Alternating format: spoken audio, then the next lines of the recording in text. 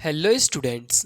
जितने भी स्टूडेंट्स का आज यानी कि 18 फरवरी का इंग्लिश का एग्ज़ाम है, उन सारे स्टूडेंट्स को ये वीडियो पूरा देखना चाहिए। क्यों? क्योंकि इस वीडियो में हम आप लोगों के लिए ऑल इम्पॉर्टेंट क्वेश्चन को कवर कर रहे हैं, बस एक ही वीडियो में। एक वीडियो अगर आप देख लेते हैं इस वीडियो को एग्ज़ाम सेंटर जाने से पहले, तो बहुत ज़्यादा हेल्प मिलेगा आप लोगों को एग्ज़ाम देने के लिए। साथ ही साथ जो स्टूडेंट्स थोड़ा मोड़ा जिनको डाउट है, वे इन क्वेश्चन को क्लियर कर लें। तो चलिए वीडियो को शुरू करते हैं। देखिए यहाँ पर हम पहला क्वेश्चन देखते हैं। क्वेश्चन है, who was Horace Denby, what kind of a person was he. फिर इसी क्वेश्चन को घुमा के पूछ सकता है, right a character sketch of Horace Denby. देखिए ये क्वेश्चन कहने का मतलब है कि हॉरेस डेनबी का रेखाचित्र प्रस्तुत कीजिए। और ऊपर में भी वही बात पूछा गया है कि हॉरेस डेनबी कौन थी और वो किस टाइप की कौन थी नहीं कौन था और किस टाइप का वो उसका रेखाचित्र था, मतलब उसका जीवन किस तरह से बीता था। तो चलिए इसका आंसर देखते हैं। आंसर कहता है, Horace Dembi was about 50 years old. Horace Dembi 50 वर्ष का था। ही वाज बैचलर, वो अविवाहित था। He was a lock maker, lock maker मतलब ताला बनाने वाला था, ठीक है। And he had to servants, और उसके दुकान में दो सर्वेंट्स थे। टू नहीं, यहाँ TWO2 होगा, ठीक है ना। To servants in his shop. He was a good and respectable but not completely honest. वो एक अच्छा और सम्माननीय योग्य व्यक्ति था, लेकिन पूरी तरीके से ईमानदार नहीं था। चलिए फिर क्या लिखा हुआ है, because he robbed a safe every year, क्योंकि वो हर साल एक तिजोरी को चोरी करता था। He was a bookworm, वो किताबी कीड़ा था, मतलब किताब पढ़ने का शौकीन था। He was fond of reading rare and expensive book, और उसको रेयर किताब और एक्सपेंसिव किताब पढ़ना बहुत ही अच्छा लगता था, ठीक है ना। रेयर एंड एक्सपेंसिव का मतलब है जो चुनिंदा बुक है, ठीक है ना, जो काफ़ी ज़्यादा रेयर है, ठीक है ना, काफ़ी ज़्यादा एक्सपेंसिव है, काफ़ी ज़्यादा महंगा है, काफ़ी ज़्यादा अच्छा है। He had not sufficient money so he wrote a safe every year. उसके पास पर्याप्त पैसा नहीं होता था किताब को खरीदने के लिए, इसलिए वो हर साल एक ठो तिजोरी यानी कि सेफ यानी कि तिजोरी चोरी करता था। But once he was cheated by a young and beautiful lady, लेकिन एक बार उसे चीट कर दिया गया एक युवा और एक खूबसूरत लेडी महिला के द्वारा। His fingerprint were found all over the room and he was arrested by the police, ठीक है। एक बार वो चोरी करने गए हुए थे कहीं पे, तो उसका जो हाथ का निशान था, अंगुली का निशान था, वो पूरे रूम में पाया गया और इसीलिए पुलिस उसको अरेस्ट करके ले गए, ठीक है। तो देखिए इतना सारा बात अगर आप लिख लीजिएगा तो आपको फुल मार्क्स मिलेगा, फुल का फुल, बिल्कुल फुल, ठीक है। चलिए देखते हैं दूसरा क्वेश्चन। इसमें बोल रहा है, how did Valli save up money for her first journey. मतलब जो वल्ली थी वो किस तरह से फर्स्ट जर्नी के लिए अपना पैसा इकट्ठा करती है, ठीक है। चलिए इसका आंसर देखते हैं। कह रहा है, Valli saved money for her first bus journey by avoiding unnecessary purchase and entertainment, ठीक है।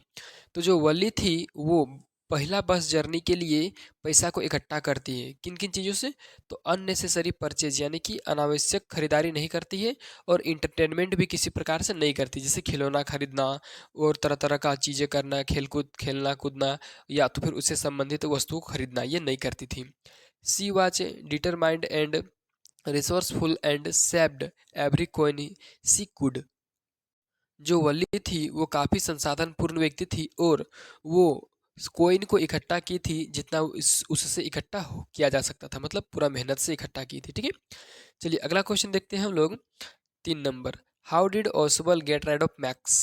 How did Osbal outwitted Max. इसमें बोला जा रहा है कि जो ओसबल था वो किस प्रकार से मैक्स से छुटकारा पाया, ठीक है।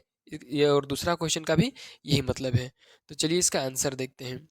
देखिए आंसर बोला जा रहा है, in the story Osbal got rid of Max by using his wit and creating a flash sense of danger. देखिए बोला जा रहा है कि जो इस कहानी में जो ओसबल है वो मैक्स से छुटकारा पाते हैं इन विधियों का उपयोग करके, ठीक है ना।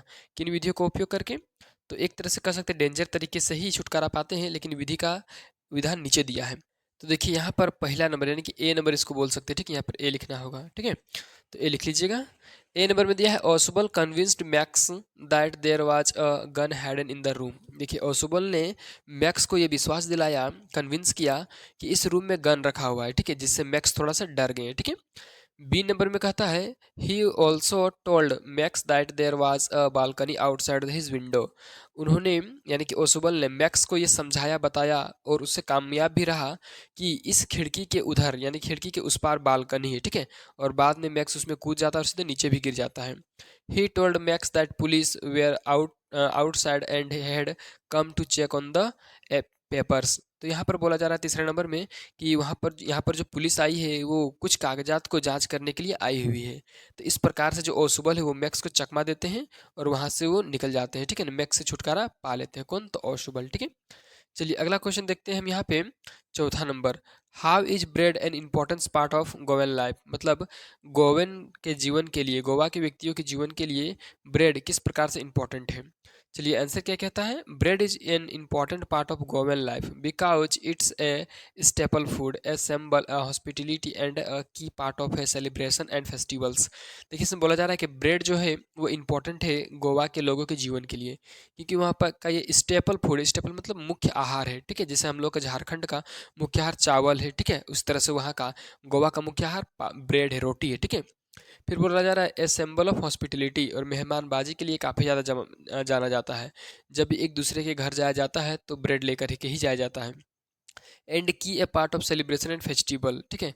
और किसी भी तरह का समारोह हो, किसी तरह का त्यौहार हो, उसमें इसको ब्रेड को लेकर के जरूर लाया जाता है।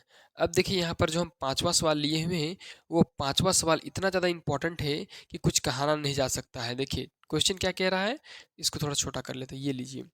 क्वेश्चन है give a character sketch of Griffin, यानी कि ग्रिफिन का कैरेक्टर स्केच पूछा जा रहा है आपसे।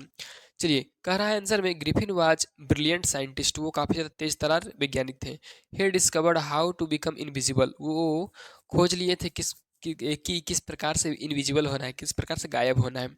But he did not inform the government about his discovery, लेकिन उन्होंने इस डिस्कवरी को लेकर के सरकार को यानी कि गवर्नमेंट को कोई इन्फॉर्मेशन नहीं दिया था। He misuse discovery for his own purpose, ठीक है, इधर पर्पस लिखा है। बोला जा रहा है कि उन्होंने किसने, तो ग्रिफिन ने इस चीज का अपने लिए उपयोग किया, ठीक है ना, मिसयूज किया। फिर कह रहा ही ड्रैंक, ठीक है, he drank the drug and set fire in the house, ठीक है।